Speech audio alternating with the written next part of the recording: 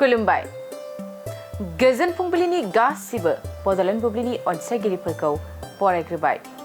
दिनै 24 मे शुक्रबारनि फान्जामुथिखौ फरायथिनो लादों आं किरिखां ब्रह्मआ। फान्जामुथिनि गिबियाव दं मेष राशि।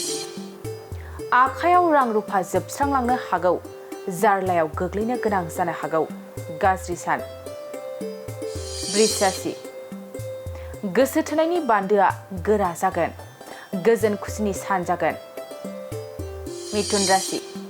हास्थायना थानाय मुवा बेसादखौ मोनफुंनो हागौ, गोसोआ गोजोननाय मोनगोन, मोजां सान। कर्कट राशि। गाज्रि हाबा मावफ्लांनो हागौ, साजा मोननांनो गिखांनाय फैनो हागौ, गाज्रि सान। सिंह राशि। लामा दावबायनायाव खैफोद सोमजिनो हागौ, जेरावबो ओंखारैयानो गाहाम जागोन। कन्या राशि। सुथुरा नोंथांनि गाज्रि खालामनो नाजानो हागौ, सांग्रां जाना थानाया गाहाम जागोन। तुला राशि। नोंथांनि अहंकारनि जाहोनाव न'खराव धोन दौलत जोबस्रांलांनो हागौ, दुखु दाहाजोंनो साना बारलांनो हागौ। वृश्चिक राशि।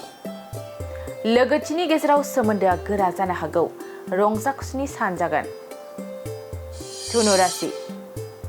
हास्थायना थानाय मुवा बेसादखौ मोनफुंनाय नङा, गोसोआ जोबोरैनो दुखु मोननो हागौ। मकर राशि।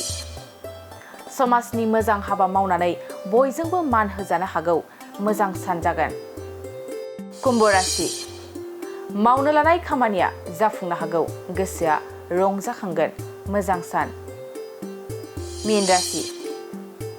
माबा मोनसे जाहोननि थाखाय जार्लायाव गोग्लैनांनो हागौ, साना जेथो गोनां जागोन।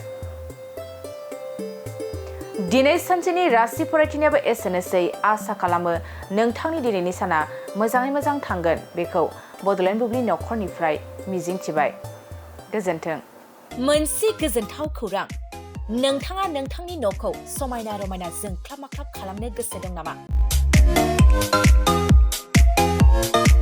थारैनो नोंथाङा नोंथांनि न'खौ समायना रमायना साजायनो गोसो दंब्ला नोंथांमोननि थाखाय बिजनेस बेन्स प्रडाक्ट्स कम्पानिया गोजोनथाव खौरां लानानै फैदों।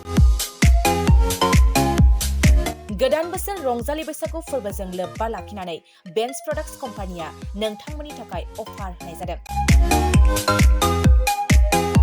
चिरां जिल्ला बेंटल गेट 27 राजा लामानि एबा सिबिथाय लामानि साखाथियाव नोंथांनि न'खौ समायना रमायना खालामनो गोसो जानाय रायजो राजाफोरनि थाखाय बिजनेस बेन्स प्रडाक्ट्सआ लानानै फैदों गोजोनथाव खौरां। पलिग्रेनाइट, WPC एबा PVC, wooden flooring, wallpaper, steel roofing, soffit ceiling बायदि गाबनि न' साजायग्रा खम बेसेनावनो नोंथांमोना बायनानै लांफैनो हागोन। बेनि अनगायैबो नोंथाङा गोबां बाथ्रा मिथिनो थाखाय नैबे 8474015053 जानबुं नम्बरनि गेजेरजों नोंथाङा फन खालामनानै मिथिनो हागोन।